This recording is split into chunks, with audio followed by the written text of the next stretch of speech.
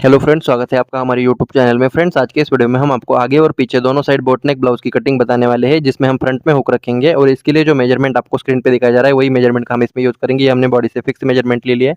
तो अब सबसे पहले स्लीव्स काटने के लिए हमें कपड़े को इस तरह से 4 फोल्ड में फोल्ड कर लेना है और अब हम नीचे से कपड़े को सीधा करते हुए यहाँ पे एक लाइन ड्रॉ करेंगे और ये कर देने के बाद स्लीव्स का मार्किंग यहाँ पे डाल देते हैं। तो स्लीव्स हम यहाँ पे 10 इंच रखने वाले, तो पौने 11 इंच पे मार्किंग करेंगे और दूसरा निशान हम ऊपर से 4 इंच पे कर लेंगे और इन दोनों लाइन को इस तरह से खींच लेना है और ऊपर वाली लाइन को यहाँ पे क्रॉस में ड्रॉ करेंगे और यहाँ पे क्रॉस में हमें आर्म होल नापना है। तो बॉडी का आर्म होल हमारा 14.5 इंच है, तो 15.5 काटेंगे। 15.5 का आधा 7.25 होता है, लेकिन इसमें हम 3 पॉइंट कम करेंगे क्योंकि राउंडिंग शेप में हमारा 3 पॉइंट यहाँ पे बढ़ जाएगा।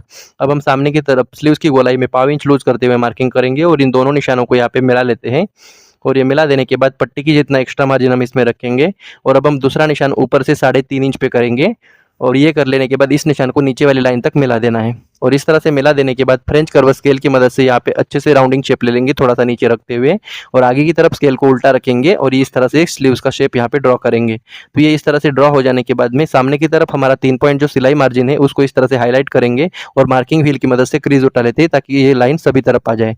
तो ये हो जाने के बाद में फ्रेंड्स अब हम इसको काट सकते हैं सभी तरफ से। तो इसको बिल्कुल एज इट इज हमें फिक्स काटना है।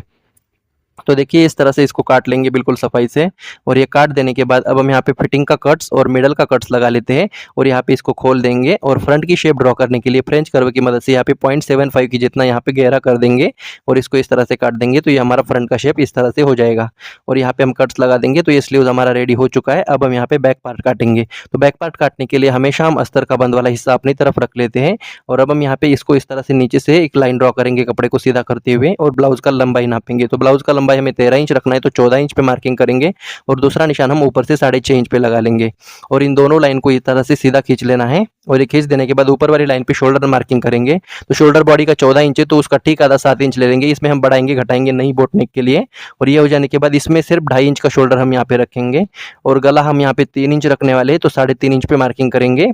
तो ये मार्किंग कर देने के बाद यहाँ पे एक स्ट्रेट लाइन ड्रॉ करेंगे और यहाँ पे एक बॉक्स बना लेते हैं और ये बॉक्स बना लेने के बाद फ्रेंच कर्व स्केल की मदद से यहाँ पे हम शेप लगा लेंगे बोट नेक का। तो बोट का मतलब पानी का नाव होता है, तो इसको पानी के नाव की तरह ही इस तरह से शेप दे देंगे और ये हो जाने के बाद में फ्रेंड्स अब हम यहाँ पे 0.75 इंच की जितना शोल्डर को डाउन करेंगे।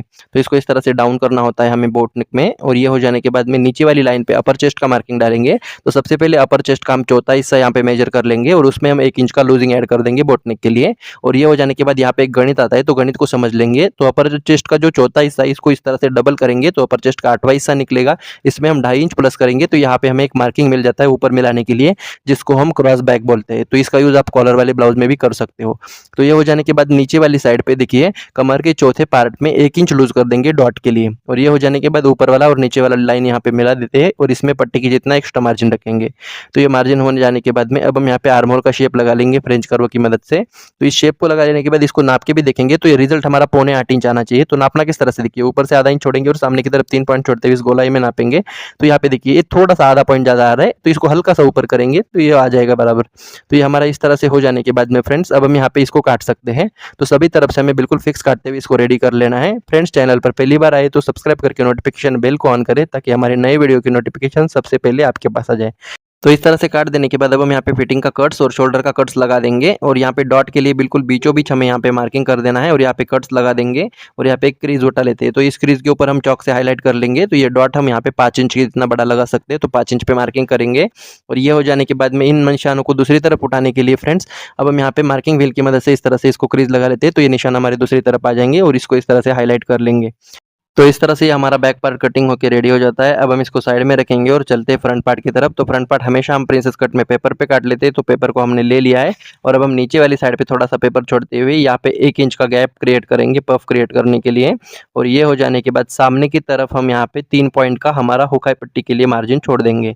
तो इस तरह से छोड़ देने के बाद में अब हम यहाँ पे बैक पार्ट को ले लेंगे और बैक पार्ट को लेने के बाद इसके ऊपर हमें रख देना है।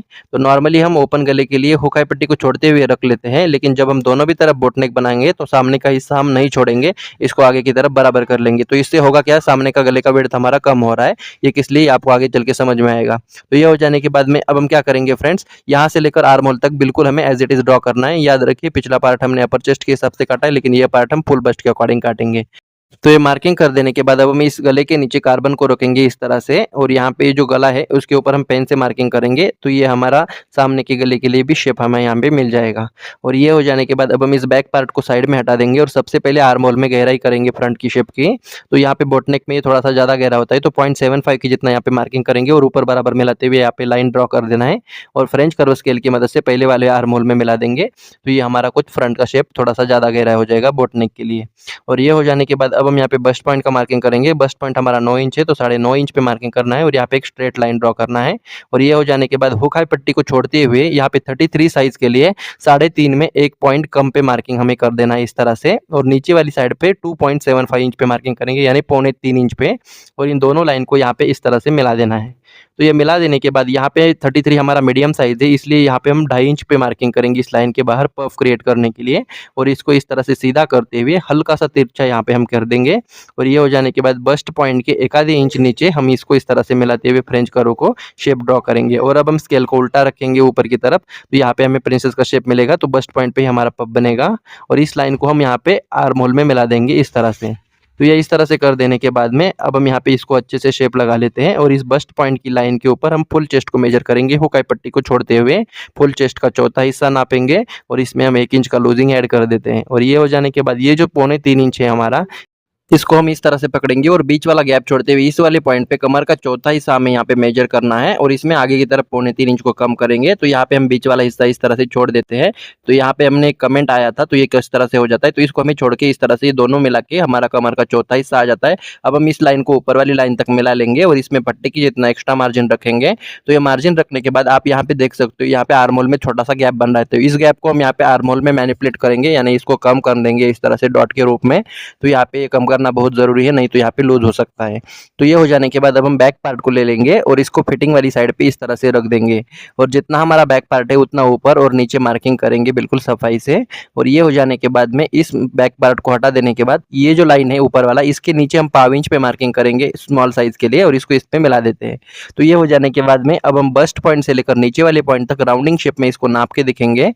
तो ये जितना भी आता है उतना हम आगे वाले पॉइंट पे भी ले लेंगे, यानी इस वाली लाइन पे। तो इस तरह से ये लाइन पे ले लेंगे और इसको हुकाई पट्टी की तरफ थोड़ा सा ऊपर काटेंगे आधा इंच, क्योंकि यहाँ पे हुकाई पट्टी ज़्यादा बढ़ेगा इसलिए। तो ये हो जाने के बाद में फ्रेंड्स अब हम इसको सभी तरफ से बिल्कुल फिक्स काट देंगे। लेकिन अभी हमारा पूरा कटिंग नहीं हो गया, इसको जब हम कपड़े पे काटेंगे तब हमें यहाँ पे बीच में सिलाई मार्जिन बढ़ाना पड़ेगा, वो हम आपको आगे चल के समझा देंगे। तो इस तरह से इसको काट देंगे, इसी साथ ये डॉट को भी हम इस तरह से काटते हुए बिल्कुल अच्छे से यहाँ पे शेप दे देंगे। और ये हो जाने के बाद बस्ट पॉइंट का कट्स और फिटिंग का कट्स लगा देते हैं, और इसके ऊपर का हिस्सा भी काट लेना है। और ये हो जाने के बाद ये जो बस्ट पॉइंट का लाइन है यहाँ पे कट्स लगा देंगे, और यहाँ पे बिल्कुल एक छोटा सा डॉट क्रिएट करेंगे सिर्फ पेपर में, इसको हमें कपड़े पे करने की जरूरत नहीं है। तो ये करने से ये लाइन हमारा तिरछा हो जाता है, तो इसको हम सीधा काटेंगे। तो यहाँ पे 2 पॉइंट और हमारा गला, यहाँ पे गले का विड्थ कम हो रहा है। तो ये लाइन ड्रॉ कर देने के बाद अब हम इसको यहाँ पे काट लेंगे, तो ये इस तरह से हमारा हो जाता है। तो अब यहाँ पे लॉजिक समझ लेते हैं, ये बैक पार्ट का गला का विड्थ क्यों ज़्यादा है और सामने का गला क्यों कम है। तो यहाँ पे देखिए, अब सामने में चेस्ट होता है तो सामने का गला as compare to back part ये बहुत ज़्यादा फैल जाता है इधर, तो इसीलिए हमने इसको विड्थ कम करना होता है, नहीं तो यहाँ पे सामने में झोल झाल आ सकता है इस गले में। तो इसीलिए ये करेक्शन किया जाता है। और ये हो जाने के बाद अब हम इसको फैब्रिक पे किस तरह से काटना है देख लेते हैं। तो यहाँ पे हम अस्तर को ले लेंगे और ये डॉट को लगाते हुए हमें इसको इसके ऊपर रख देना है बिल्कुल बराबर से। और ये हो जाने के बाद अब हम यहाँ पे इसमें पिन लगा लेते हैं, ताकि काटते समय पहले नहीं, और नीचे से बराबर काटेंगे, लेकिन इस वाली साइड पे सिलाई मार्जिन बढ़ा देंगे, जितना आप सिलाई में दबाते हो उतना, और बाकी सभी तरफ इसको एज इट इज फिक्स काटते हुए हमें रेडी कर देना है। तो देखिए फ्रेंड्स, इस तरह से काट देने के बाद हुकाई पट्टी की लाइन को मार्किंग व्हील की मदद से क्रीज लगा लेंगे और इस पेपर को निकाल देते हैं। और ये निकाल देने के बाद जितना सिलाई मार्जिन हमने रखा है उसको इस तरह से हाईलाइट कर लेंगे चौक से, ताकि सिलते समय पे हमें पता चले। और इसी तरह से इस क्रीज को भी हाईलाइट कर लेंगे। तो ये पार्ट हमारा हो चुका है। अब हम प्रिंसेस वाली शेप को भी काट लेंगे, तो इसको भी इस तरह से 2 जगह पे पिन लगा लेते हैं ताकि ये हिले नहीं, और नीचे से इसको बराबर काट देना है। और ये काट देने के बाद सामने की तरफ हम सिलाई मार्जिन बढ़ा देंगे, जितना आप सिलाई में दबाते हो उतना, और बाकी सभी तरफ से इसको काटते हुए हमें रेडी कर देना है बिल्कुल फिक्स। तो इस तरह से इसको काट देने के बाद फिटिंग का कट्स और बस्ट पॉइंट का कट्स लगा देंगे और इस पेपर को हटा देंगे, और यहाँ पे इसको हाईलाइट कर लेंगे सिलाई मार्जिन को भी, और सामने की मार्जिन को भी हम इस तरह से हाईलाइट कर लेंगे चौक से। और ये हाईलाइट कर देने के बाद ये हमारे दोनों पार्ट कुछ इस तरह से बन जाएंगे फ्रंट के। और अब हम बैक पार्ट को ले लेंगे और इसके गले को काट देते हैं। तो इसी के साथ ही हमारा पूरा ब्लाउज यहाँ पे कटिंग होकर रेडी हो जाता है। और इसकी बैक डिजाइन स्टिचिंग का वीडियो आपको नेक्स्ट पार्ट में मिलेगा, तो इसका पार्ट 2 देखना मत भूलिए। तो आशा करता हूँ आज का ये वीडियो आपको पसंद आया है। पसंद आया तो लाइक शेयर कमेंट करना ना भूलिए। चैनल पर पहली बार आए तो सब्सक्राइब करें। धन्यवाद।